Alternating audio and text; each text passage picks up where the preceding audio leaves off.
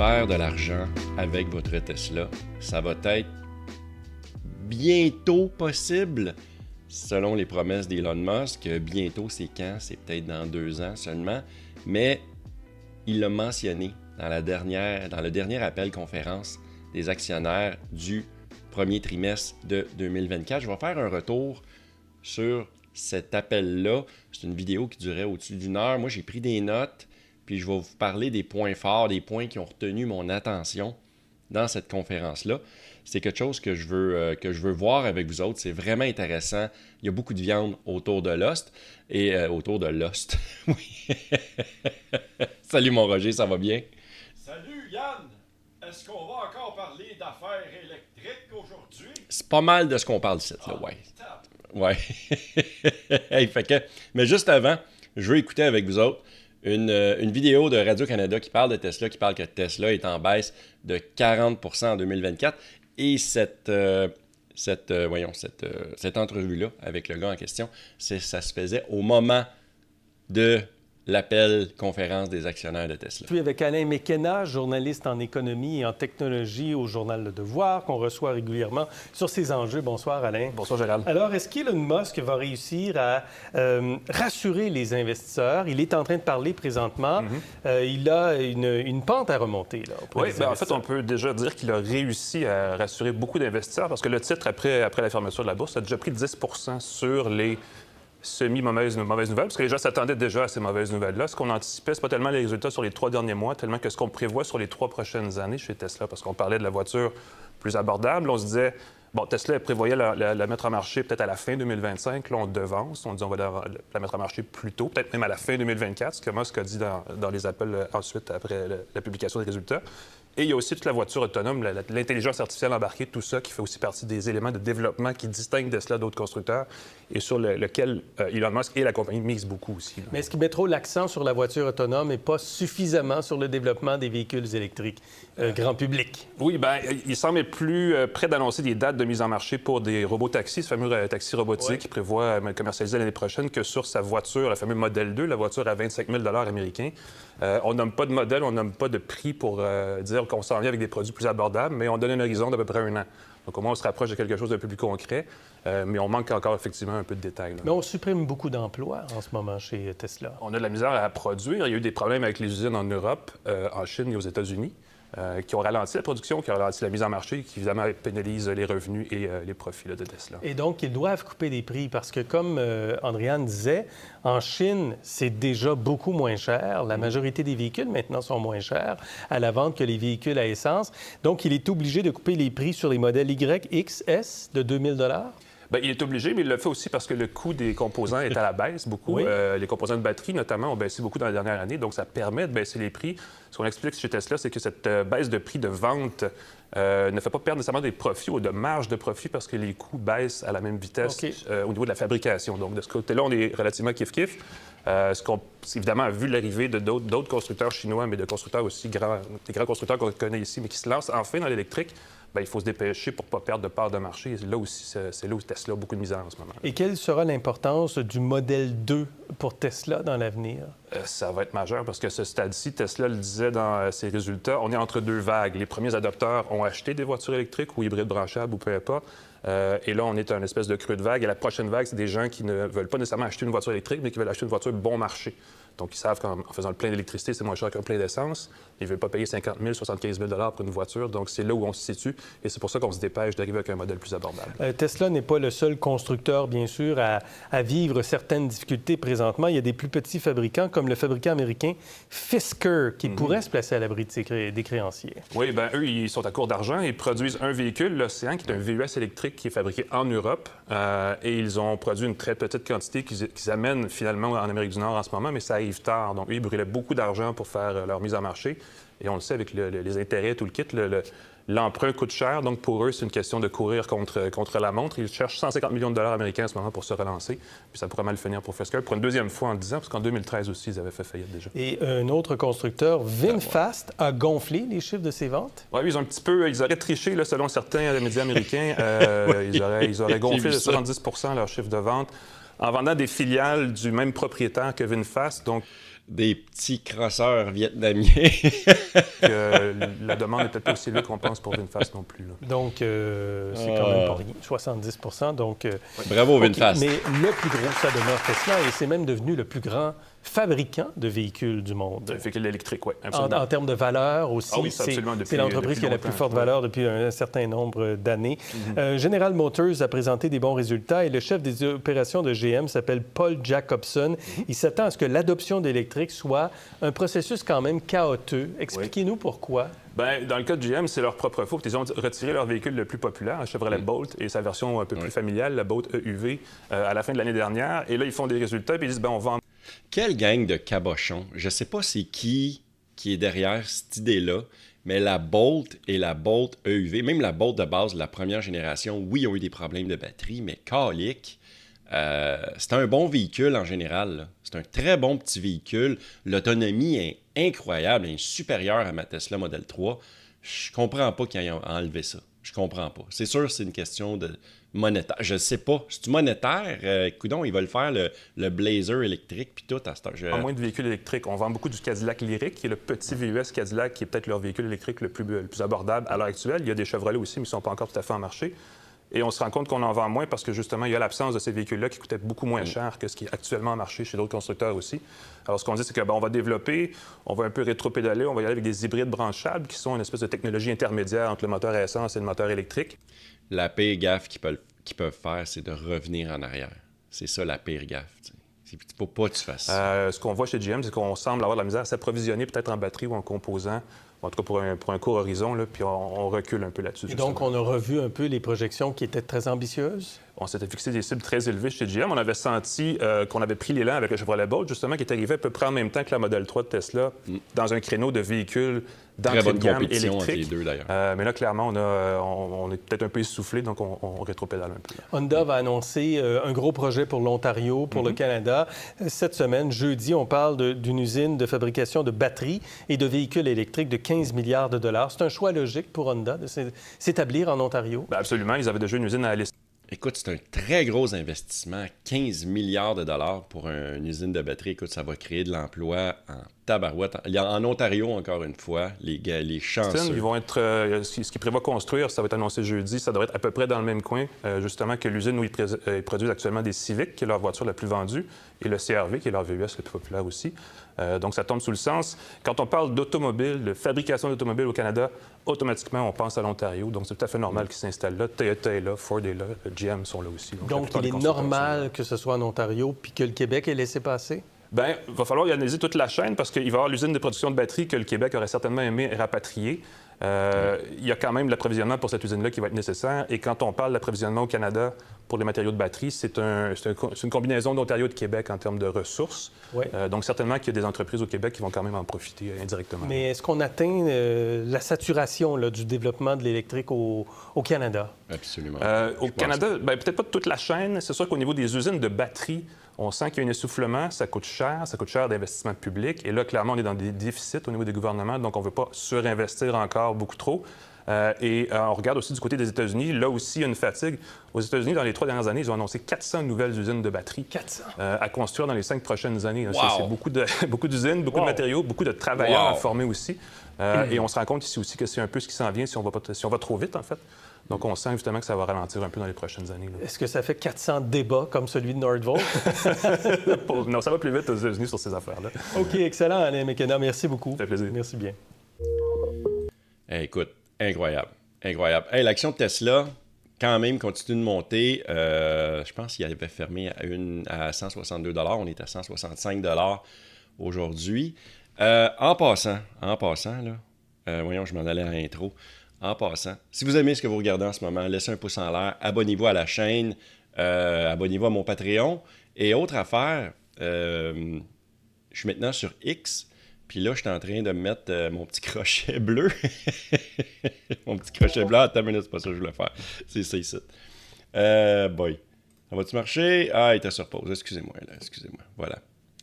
Puis, ouais, c'est ça. Puis, j'ai décidé de m'appeler Capitaine Tesla. Pourquoi que j'ai décidé de m'appeler Capitaine Tesla? Parce que, juste ici, là, on va tasser ça. Je veux vous montrer de quoi. Sur le Daily Buffer Podcast. C'est une chaîne YouTube, c'est Yann Terriot. Ça fait longtemps qu'on se connaît à distance. On ne s'est jamais rencontrés en direct. Mais moi, j'ai toujours voulu aller à son podcast. Puis il ne veut pas m'inviter. Il me répond à mes textos. On jase un peu de temps en temps, mais on dirait que ça ne mord pas son affaire, là. Fait que contactez-les, Yann Terriot du Daily Buffer Podcast, là. Allez sur sa chaîne, puis c'est ça. Moi, je veux voyons, hey, t'as une minute, ça, c'est pas correct. Ouais, c'est ça, je veux être son podcast, moi. C'est possible, ça? T'as une minute. Hey, c'est quoi ce problème-là, ici, là? T'as de même, ça s'en va là, t'as comme ça.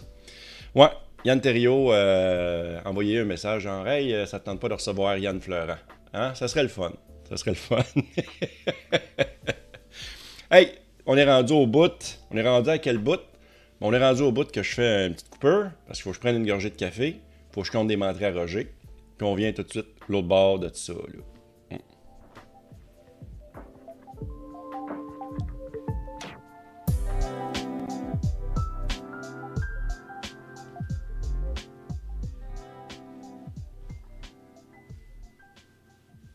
Oh yeah! La boîte vocale est vide aujourd'hui. Fait que si vous voulez me laisser un message, c'est pas compliqué, là. La boîte vocale, là, c'est memo.fm/Yann. Vous appuyez sur le bouton enregistrer. Je sais, je le dis tout le temps dans toutes mes vidéos, là, mais je suis obligé de vous l'expliquer. J'ai l'impression qu'il faut que je vous tienne la main comme des enfants de 3 ans. Ben non, c'est pas compliqué. Tu pèses sur Start Recording, ça l'enregistre, tu me parles d'une expérience, une question, un commentaire, n'importe quoi. N'importe quoi, je vais vous le passer dans la prochaine vidéo. Fait que voilà, c'est tout. Memo.fm/Yann. Le Earning Calls 2024. Voici mes points importants. On est rendu là. On est rendu là. La FSD a fait plus de 482 millions de kilomètres. Ça, ils ont enregistré sur 4 caméras par véhicule. Ça fait du data en tabarouette. Là, si vous ne savez pas de quoi je parle, là, je parle de mes points importants qui ont retenu mon attention dans l'appel conférence des actionnaires. Puis là, vous avez vu le titre de la vidéo avec les robots taxis, là. Ça se peut qu'on soit capable de faire de l'argent avec ça. Mais ça, je vous reviens un petit peu plus tard avec ça. Robots taxis, puis quand Elon a parlé des robots taxis, je ne sais pas s'il s'est enfargé, mais il a appelé ça genre robot taxi, des cybercab. Parce qu'en anglais, on dit des taxicabs, des cabs. Il a dit cybercab. Est-ce que ça veut dire que la structure extérieure du véhicule... moi, c'est ça mon feeling. D'après moi, la structure extérieure du robot taxi va être en aluminium, pareil comme le Cybertruck. Je suis convaincu. Pourquoi? Parce qu'il faut que ça soit fait solide, à l'épreuve des cabochons, à l'épreuve du public, du monde qui vont donner des coups de pied là-dessus, parce que, tu sais, ils vont se faire haïr au début, là. Pas le choix, là, ils vont se faire pitcher des roches. Il faut que ça soit fait solide. Fait que Cybercab, vous l'aurez su ici. Puis Elon a comparé ça, que les voitures à essence, ça va être condamné à disparaître. C'est un peu comme quand la voiture est arrivée au début du dernier siècle, puis que tout le monde avait des chevaux là, avec leur carriole, puis c'était comme... Il n'y a plus personne qui se promène avec ça aujourd'hui. Ça va être histoire du passé. Le prix de la FSD à 99 $ devient plus attrayant, donc plus de ventes. C'est pour ça qu'ils ont décidé de baisser le prix, malgré le fait que Elon Musk a mentionné il y a quelques années, probablement pas pour faire peur au monde, mais pour pousser la vente de la FSD à ses débuts. Tu sais, il mentionnait que plus que la FSD va augmenter en qualité, plus que le prix va augmenter. Il avait même parlé que ça pourrait coûter jusqu'à 100 000 $, genre une licence FSD, ce qui avait juste pas de bon sens. Mais finalement, il a décidé de baisser le prix pour qu'il y ait plus de monde qui embarque dans le bateau. Elon a également parlé que la flotte de robotaxis va être gérée par Tesla et non par toi. Tu sais, c'est pas toi qui va dire, bon, mais ma voiture devient un robotaxi, par exemple, puis j'empoche la patente. Ça va être un peu comme Uber et Lyft. Puis en plus, qu'est-ce qui est le fun, c'est que vous allez pouvoir intégrer votre voiture. Exemple, mettons moi, peut-être pas moi parce que le hardware est un petit peu, il va être désuet sûrement, mais tu vas pouvoir intégrer ta voiture à la flotte de robotaxi. Puis ça veut dire que Tesla va prendre le contrôle de ta voiture, Puis avec l'utilisation qu'ils vont en faire, ben, tu vas recevoir des dividendes, tu vas faire de l'argent avec ça. Fait que pendant que tu es à la job, ton char s'en va travailler pour toi. C'est-tu pas merveilleux, ça? Fait que, oui, puis par exemple, ou encore le partager, vous allez pouvoir le partager avec votre famille. Ça veut dire qu'éventuellement, tu achètes un véhicule, puis je sais pas, moi, exemple, j'ai mes parents, sont rendus trop vieux pour conduire. Ben, je peux demander à ma voiture d'aller les chercher. Fait qu'il va aller les chercher. Clique. Eux autres, ils ont l'application Tesla. Ils font juste le summon, l'appeler, puis après ça, la voiture s'en vient. Il a mentionné que votre ordinateur de voiture pourrait être utilisé à distance comme serveur par Tesla, puis qu'il pourrait même avoir possibilité d'être payé en retour, parce qu'il parlait que Tesla va devenir une des compagnies qui a le plus d'ordinateurs dans le monde présentement qui fonctionnent. Peut-être à part Apple qui a mentionné qu'il y a beaucoup d'iPhone, mais ces voitures-là pourraient être utilisées pour faire du data, pour enregistrer des trucs, pour travailler sur des trucs. Fait que pendant que votre voiture va être stationnée, vous allez pouvoir faire travailler votre voiture. Puis là, les questions qui se posaient, c'est oui, mais ça va drainer la batterie, la batterie va diminuer. Mais eux autres, ce qu'ils expliquaient aussi, c'est que, écoute, quand même que ta voiture travaille pendant 10 heures, tu vas perdre peut-être 10% de ta batterie, par exemple. C'est peut-être 1% par heure. Fait que tu vas perdre... non, excuse-moi, je me trompe. Il parlait en kilowatts. C'est 1 kilowatt à l'heure. Puis, la voiture est tellement bien pensée que l'ordinateur ne peut pas surchauffer, la batterie ne peut pas surchauffer. Fait que ça va être un bon ordinateur de bord pour être utilisé comme serveur à distance pour faire des tâches à distance, tout ça. Puis, tu sais, Apple... Ils pourraient faire ça, mais ils ne peuvent pas parce que le téléphone va se faire vider la batterie en 1 heure. Fait qu'ils videraient les batteries de tout le monde s'ils se mettraient à faire ce genre de trucs-là. Fait que c'est vraiment intéressant du côté de Tesla. Peut-être qu'on va pouvoir on va pouvoir commencer à faire de l'argent avec ça. C'est la première fois que depuis longtemps que Tesla a un trimestre négatif. Ça fait des années que ce n'est pas arrivé. Mais il en a mentionné évidemment qu'il était très confiant que le prochain trimestre, ils vont retomber dans le positif. Évidemment, le premier trimestre, c'était juste un shit show. C'était le bordel total. C'était le problème à Berlin qu'il y a eu avec la révolte. En Chine, ils ont eu des problèmes. Problèmes d'approvisionnement à cause de la guerre présentement qu'il y a en Europe, en Euro-Asie, bref, en Ukraine et tout ça, c'est le bordel, en Palestine aussi. Fait que c'est très, très, très compliqué. La coupure de 10% des employés qu'il y a eu va faire sauver 1 milliard de dollars à l'entreprise, juste de même. Fait que ça, ils l'ont mentionné également. Il y a des actionnaires qui ont posé la question, c'est quoi le statut d'Optimus? On est rendu où avec ça? Il est présentement toujours en train de faire des tests en laboratoire, mais il va faire des tâches simples, bientôt des tâches simples en usine. Ils vont commencer à le mettre en usine d'ici la fin de 2024. Il en a mentionné aussi que Optimus sera encore plus important que le secteur automobile complet de Tesla, parce que Tesla, il ne faut pas voir ça comme une compagnie automobile, c'est une compagnie... écoute, comment il a dit ça? C'est une compagnie de data, de batterie. C'est une compagnie de technologie, point barre. Fait que, les voitures de Tesla, ça va juste devenir un sous-produit. Ça va devenir un petit dossier à un moment donné dans l'univers de cette compagnie-là. À quand la FSD non supervisée? Parce que présentement, elle est supervisée par qui? Par moi, par toi. C'est quand que ça va passer à la FSD non supervisée? Eh bien, Elon a mentionné que dans certains États aux États-Unis, il y a déjà des compagnies qui sont autorisées à faire des tests. Tout ça comme à San Francisco, par exemple, avec les compagnies comme Waymo qui peuvent faire aller leurs véhicules dans ces États-là pour faire développer la voiture autonome complète. Attends une minute aussi que j'en étais. Ah oui, certains États. Et il n'y a aucune c'est ça, Elon mentionnait, il dit qu'il n'y a aucune réglementation qui pourra arrêter Tesla s'il y a assez de data pour prouver que le système est sécuritaire. Rendu là, ils ne pourront pas dire autre chose que oui, go, on y va. Les voitures deviendront comme des ascenseurs, qu'il a mentionné. Il dit, tu sais, c'est rendu qu'aujourd'hui, on ne se pose même pas la question comment que l'ascenseur fonctionne, c'est comment il priorise l'étage d'un de l'autre. Tu sais, c'est tout automatisé. Parce que si on recule dans les premières versions, les premiers ascenseurs, c'était tout mécanique, c'était quelqu'un qui s'occupait de gérer ça. Maintenant, c'est autonome. C'est un très bon parallèle par rapport à ça. Le Hardware 4 qui commence déjà à apparaître dans vos Tesla et le Hardware 5 est déjà en fabrication, il est déjà en test, il est déjà planifié.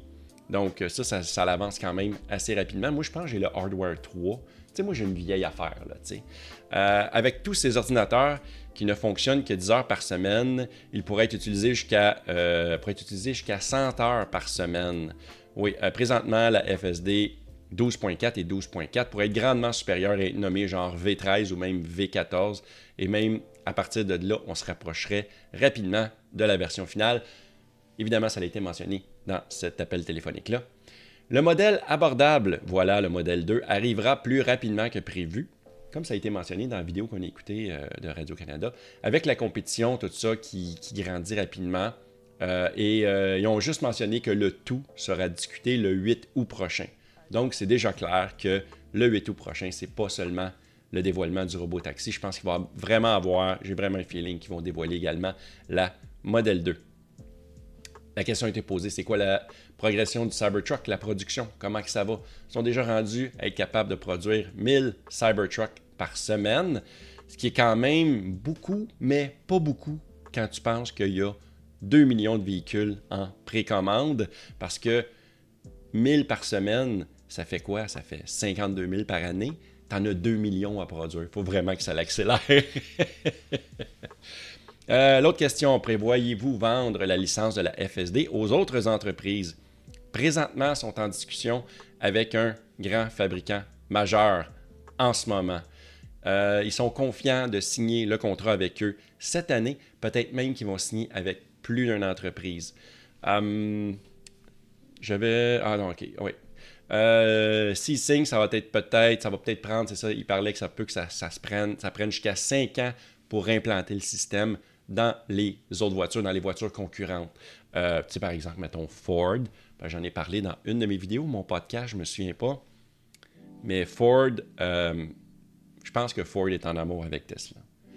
Parce que Ford, ça a été les premiers à aller voir Tesla pour dire « Hey, j'aimerais ça avoir le standard NACS, avoir vos prises de charge. Parce que moi, j'aime ça, j'aimerais ça avoir accès aux superchargeurs. » Jim Farley de Ford a appelé Musk. Musk a dit « OK, pas de trouble. » Fait que peut-être qu'en même temps, il s'est dit « Hey, en passant, ta FSD, là, y aurait-tu moyen qu'on mette ça sur mes chars? Moi, je te paierais une licence. » Tu sais, comme une licence de Windows avec Microsoft, mettons. Fait que probablement qu'Elon Musk a dit « Ah, OK. » Fait que d'après moi, c'est là que ça s'en va. D'après moi, d'après moi, mon instinct me dit que c'est Ford. C'est clairement ça. Quoi d'autre aussi? On en est où avec le semi? Ils font encore des tests avant de passer à la fabrication à haut volume. Donc, il y a encore des tests avec l'entreprise Pepsi qui a acheté plusieurs semis. Quoi d'autre? La façon de vendre un véhicule commençait à être compliquée sur le site Internet. On a décidé de revenir à la façon genre, j'achète une Tesla en 60 secondes.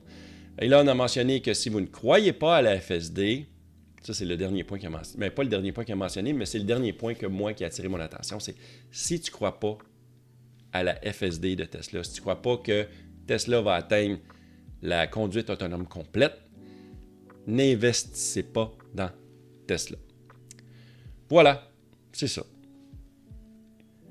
Fait que là, on va arrêter la musique. Puis qu'est-ce qu'on va faire, là? On va aller ici. On va aller ici comme ça. Passer la finale. Puis là, j'ai-tu pas de musique, moi? J'ai pas de musique. Hey, c'est pas grave, je vais juste en remettre ça ici d'abord. Tiens. Donc, merci d'avoir été là. Merci de m'avoir subi pendant ces... combien de temps qu'on roule? Hey, 24 minutes. Ça n'a pas de bon sens. Hey, je voudrais remercier mes membres Patreon. J'ai décidé de vous nommer, je file pour ça, moi, en fin de vidéo. Fait que merci à Emmanuel Balland, Francis Lessard, François Robida, Frédéric Néraud, Jean-Marie Deschamps, Louise Dontigny, Michael Roberge, Philippe Vandal, Roger Boucher, Unique Bergeron, Yannick Fortin et les membres YouTube MR. Et j'en ai un nouveau. Bienvenue à Super Electron. Merci beaucoup de me supporter. Puis c'est ça. Également, allez trouver mon podcast, L'Autopilote, disponible sur toutes les bonnes plateformes de podcast. Merci beaucoup d'avoir été là. On se voit dans une prochaine vidéo. Hey, ciao la gang. Hey boy, hein? Ouais, pas que je comprends rien à tes